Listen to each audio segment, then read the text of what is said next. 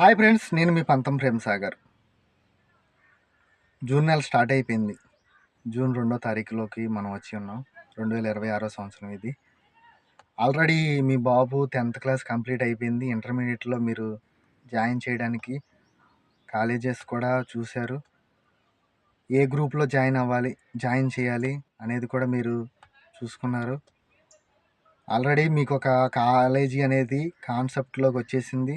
కంప్లీట్గా ఆ కాలేజీలో జాయిన్ చేయాలని నిర్ణయించుకున్నారు పేరెంట్స్గా. కాదన్ను 10th క్లాస్ కంప్లీట్ అయితే 10th క్లాస్ పాస్ అవుతే బండి కొంటానరా అని అన్నారు. మీరు మీ పిల్లలకు బండి కొన్నారు. వాడికి లైసెన్స్ ఉండదు. రెండవది మైనారిటీ కూడా తీరదు. మ్యాక్సిమం లైసెన్స్ గవర్నమెంట్ రూల్స్ ప్రకారం 18 దాటితే కానీ 18 వస్తే కానీ లైసెన్స్ అనేది గవర్నమెంట్ వాళ్ళు ఇవ్వరు. ఇప్పుడు ఏం చేయాలి? బండి కొనేసారు, అలానే కొన్న బండి వెనక్కి ఇవ్వలేము. కాబట్టి మీ పిల్లలకి మీరున్న ప్రాంతంలో సీసీ రోడ్డు ఉంటుంది. రెండోది క్రీడా ప్రాంతం కాబట్టి ఓపెన్ ప్లేసెస్ కూడా ఉంటాయి. మీరున్న ప్రాంతాలు సిటీస్లో ఉంటాయి, గ్రౌండ్స్ ఉంటాయి, కాలేజీ గ్రౌండ్స్. విలేజెస్లో అయితే ఓపెన్ ప్లేసెస్ చాలా ఉంటాయి. ఆ ఓపెన్ ప్లేస్లో పిల్లలకు పూర్తిగా డ్రైవింగ్ నేర్పించండి. రెండవది, డ్రైవింగ్ నేర్చుకున్న తర్వాత తీసుకోవాల్సిన జాగ్రత్తలు, అజాగ్రత్తగా ఉంటే జరిగే ప్రమాదాలు కూడా వీడియోస్ ఉన్నాయి. జరిగిపోయిన ప్రమాదాలు జరిగిపోయి నష్టపోయిన తల్లిదండ్రులు కూడా ఉన్నారు. పిల్లల్ని పోగొట్టుకున్న తల్లిదండ్రులు కూడా ఉన్నారు.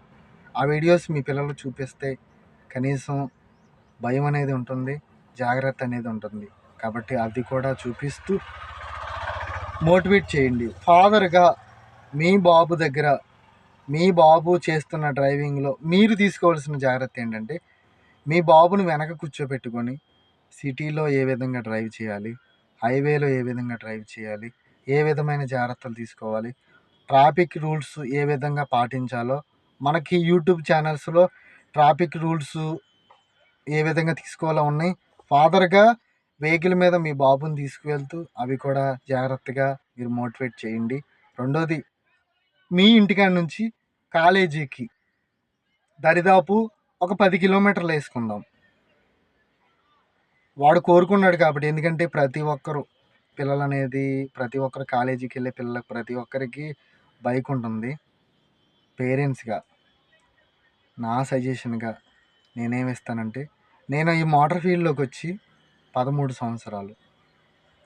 హెవీ వెహికల్ మీ పిల్లలకి కొనొద్దు. కొన్న వాళ్ళ గురించి కాదు, ఇప్పుడు కొనబోతున్న వాళ్ళ గురించి నేను చెప్పేది ఏంటంటే, హీరో హోండా వెహికల్స్ ఉన్నాయి. యాక్టివా అని, లేడీస్ అయితే యాక్టివా ఉంది. రెండవది యాక్టివా స్కూటీస్ ఉన్నాయి. ఫైనల్గా బైక్ ఏదైతే కొనాలో మీ పిల్లలకి K10 అంటారు, KTM బైక్ అంటారు, R15 అంటారు, CBZ అంటారు, రాయల్ ఎన్ఫీల్డ్ అంటారు.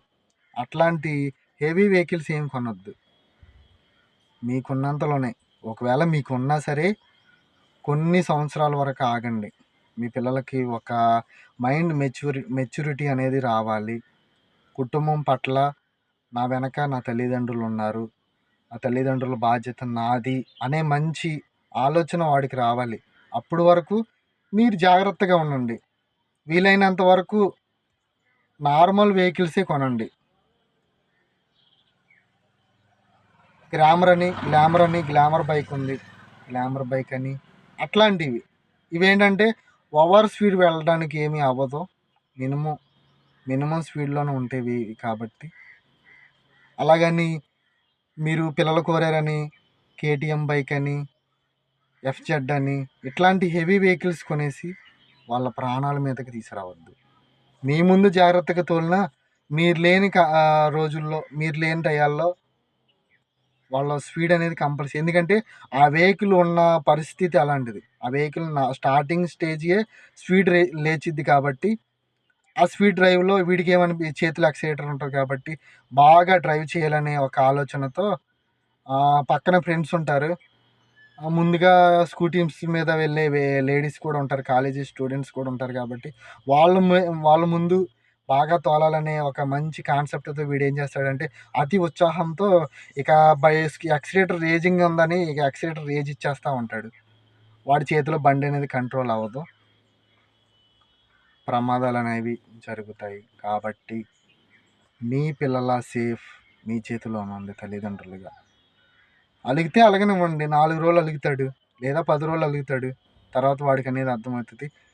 ప్రతి ఒక్కరికి ఫాదరు పలు సందర్భాల్లో పలు పనుల నిమిత్తం బయటకు వెళ్తాడు కాబట్టి మదర్గా కూర్చోబెట్టి మీ పిల్లలకి మీరు జాగ్రత్తగా మంచి మాటలు చెప్పి మోటివేట్ చేయండి. ఫాదర్స్ కూడా బయట జరిగే ప్రమాదాల గురించి మీ పిల్లలకు మోటివేట్ చేసి వీలైనంత వరకు సేఫ్ డ్రైవ్ చేయడానికి. రెండోది ముఖ్యంగా మీ పిల్లలకి సేఫ్ డ్రైవ్, సేఫ్ హెల్మెట్ ధరించే బయటికి వెళ్ళడానికి వెళ్ళే విధంగా మీరు ప్రోత్సహించండి. ఆ విధమైన జాగ్రత్తలు తీసుకుంటే చాలా వరకు ప్రమాదాలు అనేవి మనం అరికట్టగలుగుతాము. మీ పిల్లల భవిష్యత్తు మీ చేతిలోనే ఉంది. దయచేసి వాళ్ళు అలుగుతున్నాడని లేదా వాడు నాతో మాట్లాడట్లేదని బండి కొనకపోతే బండి కంపల్సరీ కొనేయాలి అని వాడు కోరిన బైక్ మీరు కొని మీ పిల్లల ప్రాణాలు దయచేసి ప్రమాదాల్లో పెట్టద్దు. వీలైనంత వరకు నేను మీ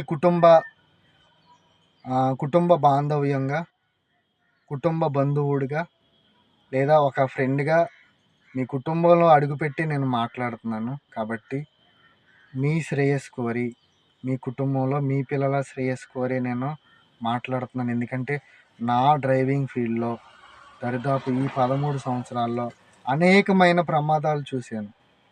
ఎక్కువ శాతం వెహికల్స్ హైవే మీద చూస్తే డ్రైవింగ్ వచ్చిన వాళ్ళు తక్కువే, డ్రైవింగ్ రాని వాళ్ళే ఎక్కువగా ఉన్నారు. రెండవది వాళ్ళకి లైసెన్స్ కూడా ఉందో లేదో కూడా తెలియదు. పైన డ్రైవింగ్ నేర్చుకోవడం, హైవేలు ఎక్కేయడం, వాళ్ళ ప్రమాదానికి గురి అవ్వడమే కాకుండా పక్కన వెహికల్ని కూడా ప్రమాదానికి గురి అయ్యేటట్లు వాళ్ళు చేస్తున్నారు. ఇది మంచి పద్ధతి కాదు. కాబట్టి వీలైనంత వరకు 2 వీలర్ కానివ్వండి, 4 వీలర్ కానివ్వండి, పూర్తి డ్రైవింగ్ మీరు నేర్చుకోండి, మీ పిల్లలకి నేర్పించండి. మైనార్టీ తీరేంత వరకు జాగ్రత్తలు మీ పిల్లల పక్షాన మీరు తీసుకొని లైసెన్స్ ఇప్పించి ట్రాఫిక్ రూల్స్ ప్రతి ఒక్కటి మీ పిల్లలు తెలుసుకునేటట్లు ప్రతిరోజు వీడియో చూపించండి. మీ పిల్లలకి చూడమని చెప్పండి. ఈ విధమైన జాగ్రత్తలు తీసుకుంటే మన పిల్లలు సేఫ్గా ఉంటారు, సేఫ్ డ్రైవ్ చేయగలరు.